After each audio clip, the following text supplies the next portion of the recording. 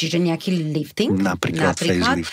Facelift. Ale viem, že tam ten môže byť taký, že teda laický zase, malý a veľký, alebo my to tak rozlišujeme a naozaj dá sa uvažovať o takom väčšom alebo menšom zákroku, čo sa týka trošku samozrejme vypnutia tej pokožky v tvárovej časti? No, presne je to typizované na tú klientku, to znamená, ako náhle ten menší facelift, ak teda narážame na ten, čo máme aj vo Frajse v ponuke. Áno, mám na mysli tu vlastne len pri ušiach. 3 cm.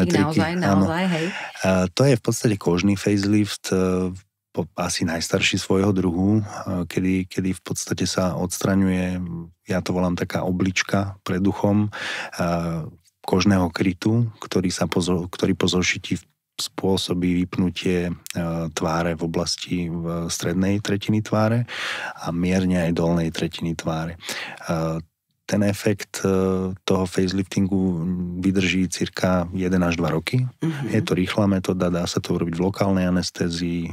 Výsledkom je prakticky z hľadiska jaziev jedna cirka 3,5 cm dlhá jazvička pred uškom a samozrejme není to prekážka pred inými typmi faceliftov, ani keď už takýto je uskutočnený častokrát, ale je požiadavka na dlhodobejší efekt a prakticky na ovplyvnenia viacej častí tej tváre a krku.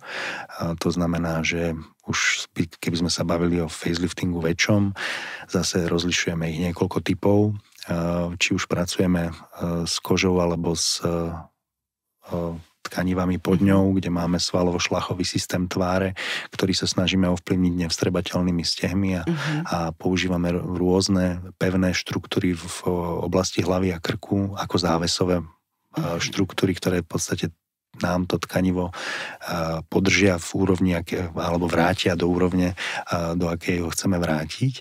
No a potom sú ešte také typy faceliftov, kde už sa ešte ide aj pod túto vrstvu. To je taký ten hlboký facelifting, ktorým aspoň teda podľa môjho takého nejakého pohľadu skromného sa docieluje pri chudších pacientkách alebo teda klientkách, ktoré majú pokles hlavne strednej a dolnej tretiny tváre až k takému úplnému prinávráteniu tých jednotlivých jednotiek, či už lícnej jednotky alebo v oblasti sánky do pôvodnej pozície.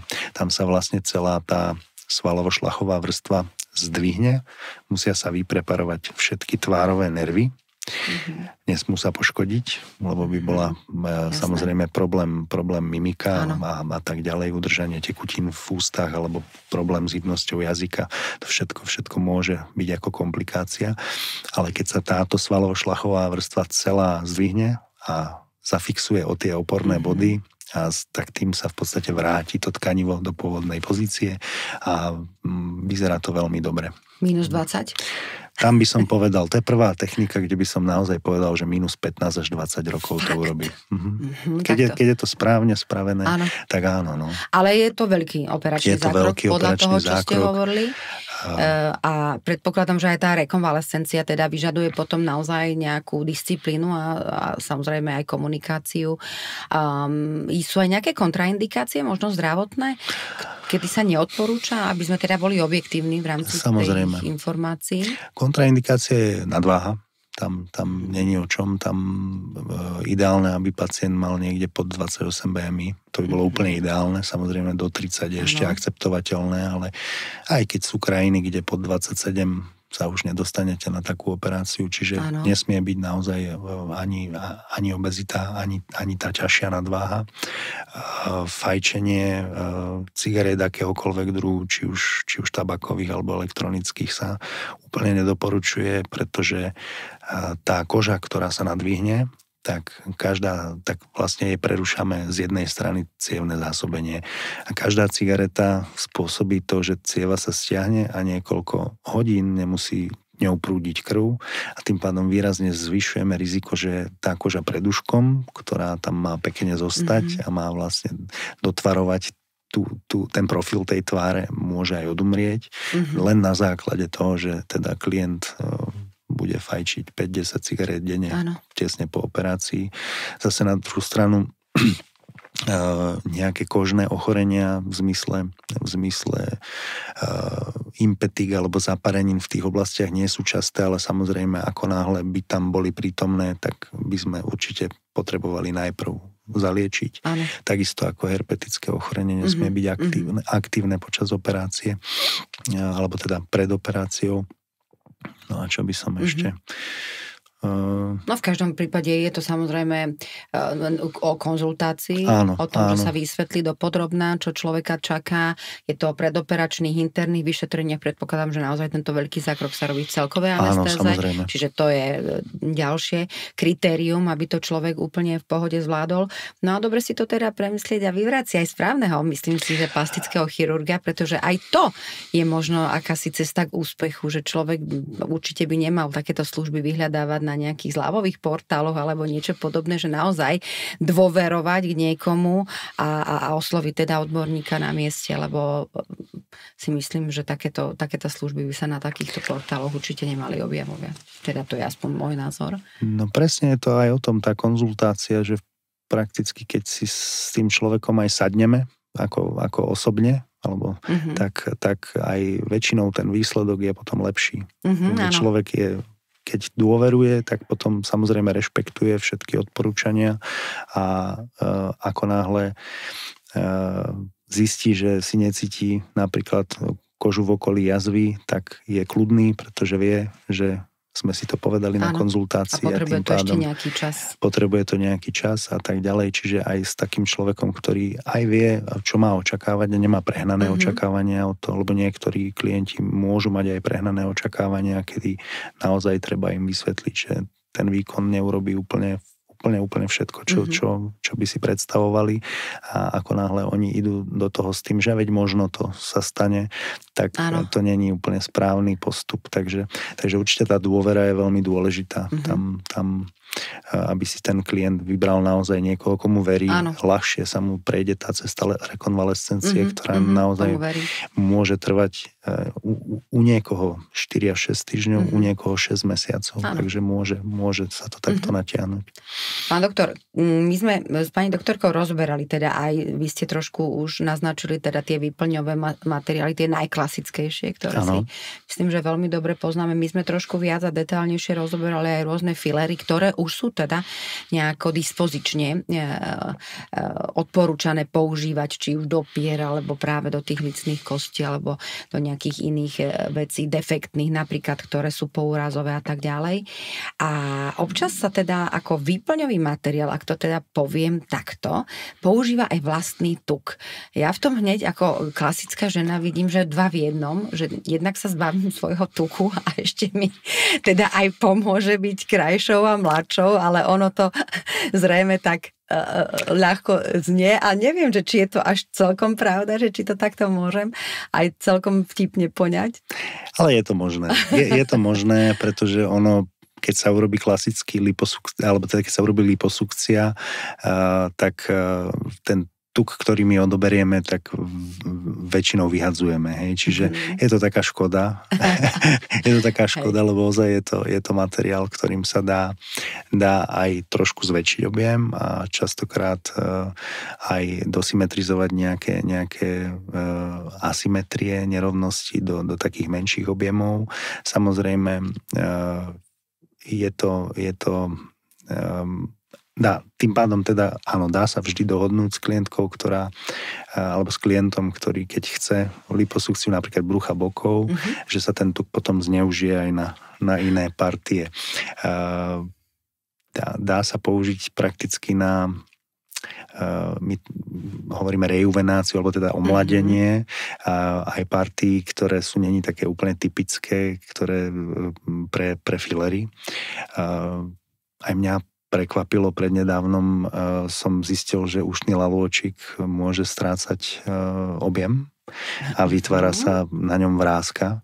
Čiže napríklad mali sme aj požiadavku, kedy sme dávali vlastný tuk do ušného lalôčika, aby bol zase taký taký bacukatý ako predtým.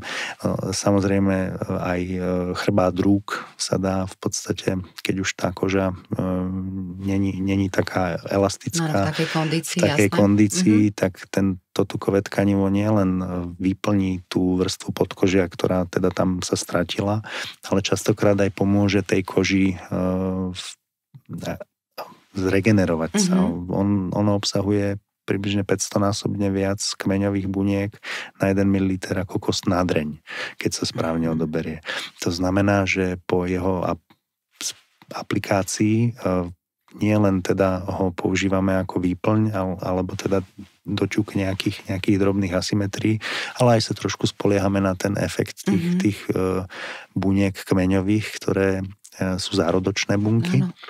A prakticky, keď ich vpravíme do tela, tak v tom mieste sa začnú vytvárať nové mladé bunky z týchto kmeňových, ktoré prakticky pôsobia na to podkožie aj na tú kožu a vzniká viacej elastických kolagénových vlákien. To už je také častá fráza. Hej, ale to je dobré, čo hovoríte, lebo to je vlastne ako keby telu vlastné. To je niečo moje, čiže aj ľudia, ktorí majú nejaké predsudky voči, ja neviem, nejakým zlúčeninám, látkam, alebo aj vyplňam silikónovým a tam ďalej, že niečo cudzie budem mať v tele a tak ďalej, tak toto je akože perfektné, že naozaj teda je to môjmu telu absolútne vlastné.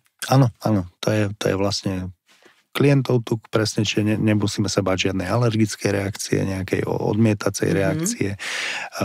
Jediné, čo je úskalie pri tom, môžem povedať, lipograftingu, teda vlastne toho prenosu tukových buniek, tak je to vlastne prežitie toho tuku. My keď ho zoberieme z toho brúška z bokov, alebo kde ho je viacej, tak v podstate tie bunky najprv oddelíme od krvavej vrstvy, od olejovej vrstvy, od vodnej vrstvy a spojivové tkanivo odstránime z toho tuku. A až dokým nemáme prakticky čistý tuk, ktorý potom musíme rozbiť na fragmentované tukové tkanivo, ktoré má veľký obsah tých kmeňových buniek a podľa toho, ako veľmi ten tuk rozbijeme, tak rozlišujeme makrografting, alebo teda veľký tukový graft a mikrografting menší, alebo nanografting úplne najmenší. A prakticky s tým makrograftingom sa dajú robiť teda objemové zmeny, čiže zväčšiť prsia o pol čísla, o číslo maximálne, alebo teda metóda toho brazílskeho zadočku, kde sa v podstate ten tuk prenesie vlastne nad aj pod svaly pozadia. Ten mikrografting je napríklad veľmi dobrý v oblasti chrbtov rúk alebo na korekciu drobných asymetrií, či už polrazových alebo nejakých vád v symetrii toho človeka. A ten nanografting, tak ten presne má tú funkciu tej regeneračnej. Čiže ten veľmi radi používame v oblasti tvárovej chirurgie. Super. Čiže kedy vlastne nielen doplníme trošku objem, ale aj zvýšime kvalitu kože. Častokrát je používaný ako predpríprava na facelifting, kedy potrebujeme niekde toho tuku dostať viac, aby v podstate ten lifting, tá operácia sama o sebe mala ešte lepší efekt. Častokrát je používaný aj priamo počas tej operácie, kedy najprv sa urobí lipografting do tváre, či už do pier, do ušných hlavôčikov, či sa odsajú aj sislíky a prenesie sa ten tuk do líca vyššie a následne sa urobí lifting. Takže dá sa s ním.